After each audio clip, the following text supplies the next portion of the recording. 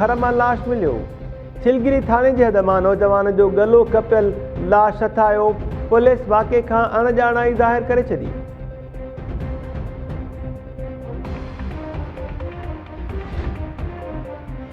सिंध में ज़रई ऐं पीअण जे पाणी जी खोट ख़िलाफ़ शहरी ऐं आबादगार सरापा एहतजाज बणियल। कश्मीर में पाणी खोट ख़िलाफ़ आबादगारनि ऐं STP कारकुननि जो ज़ीरो पुल वटि धरणो। सखरवासी पाणी खोट ख़िलाफ़ ठाम खणी रस्तनि ते निकिरी आया।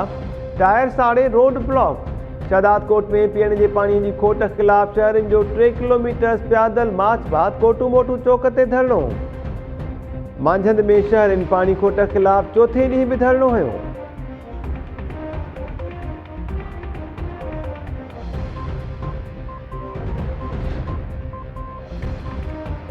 अमेरिका तरफ़ां पाकिस्तान खे अतीअ तौर ॾिनल मोडर्ना वैक्सीन जा 50 लख इमदादी डोज जी पहिरीं खेप इस्लामाबाद पहुची वई। परे वेंदड़नि खे वैक्सीन लॻाइण जे लाइ जल्द हिकमत अमली तइ कई वेंदी। एस्ट्राज़ेनेका वैक्सीन जा वधीक डोज हलंदड़ महीने मिलण जो इम्कान।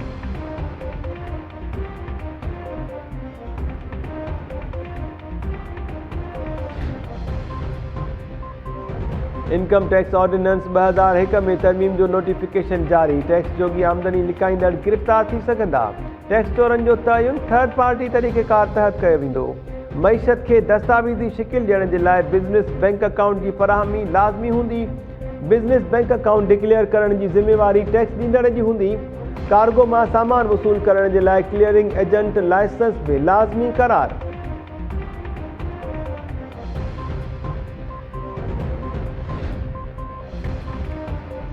सिंध हाई कोर्ट समाजी अॻवान सिंगार नूनारी जी गुमशुदगी के ख़िलाफ़ वफ़ाक़ी घरू वज़ारत IG सिंध DG रेंजर्स ऐं ॿियनि धुरियुनि खे नोटिस जारी करे छॾिया। 13 जुलाई ताईं जवाब तलब। सिंगार नूनारी जी घरवारी फौजिया नूनारी अदालत खे ॿुधायो त संदसि मुड़ुसु 26 जून खां गुम आहे। जेकॾहिं मथस को केस आहे त केस अदालत में पेश करण जो हुकुम ॾिनो वञे। नसीराबाद में सिंगार नूनारी जी आज़ादी जे लाइ 8 ॾींहं बि एहतजाज कयो वियो।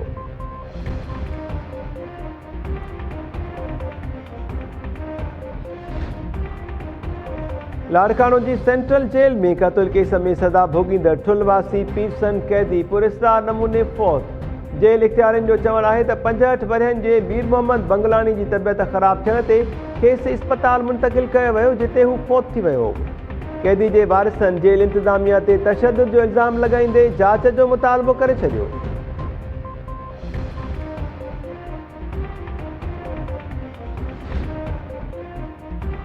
सरहद वेझो पुराणे तकरार तां सुंदराणी बिरादरी जो चङो मुड़ुसु क़त्ल। ॻोठ अगू सुंदराणी में हथियारबंदनि फायरिंग करे अब्दुल लतीफ़ सुंदराणी खे क़त्ल करे छॾियो।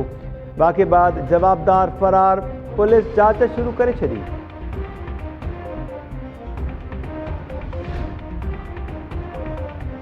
सखर में सेप्को मुलाज़िमनि खे मुतालबनि जी मञता जे लाइ एहतजाज महांगो पइजी वियो। सेप्को इख़्तियारनि लेबर यूनियन जे सदर, चेयरमैन ऐं जनरल सेक्रेटरी समेत 5 उहिदेदारनि खे मुअतल करे छॾियो। मुअतल थियलनि में अकील जुड़ेजो, मुस्तफ़ा दायो, साईंदाद, इंतज़ार माको ऐं शाहज़ेब शेख शामिल। नोटिफिकेशन मूजिबि मुअतल अॻवाननि ऐं मुलाज़िमनि ऑफिसर्स खे हिरासां कयो। मुअतल मुलाज़िमनि जो चवणु आहे त सेप्को इख़्तियारनि पंहिंजी नाअहली लिकाइण जे लाइ खेनि मुअतल कयो।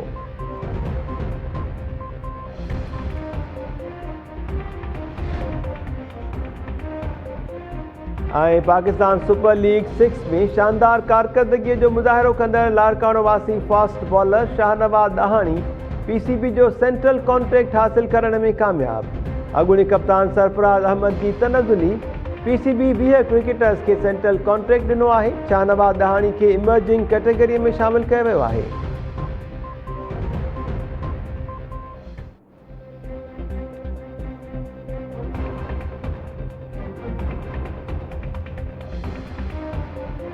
अस्सलाम वालेकुम नाज़रीन, टाइम न्यूज़ में अव्हांखे भली कार चऊं था। मां आहियां महताब अली नूर। हेडलाइन्स सां ॾिठूं बुलेटिन सां गॾु हाज़िर थियूं था शॉर्ट ब्रेक।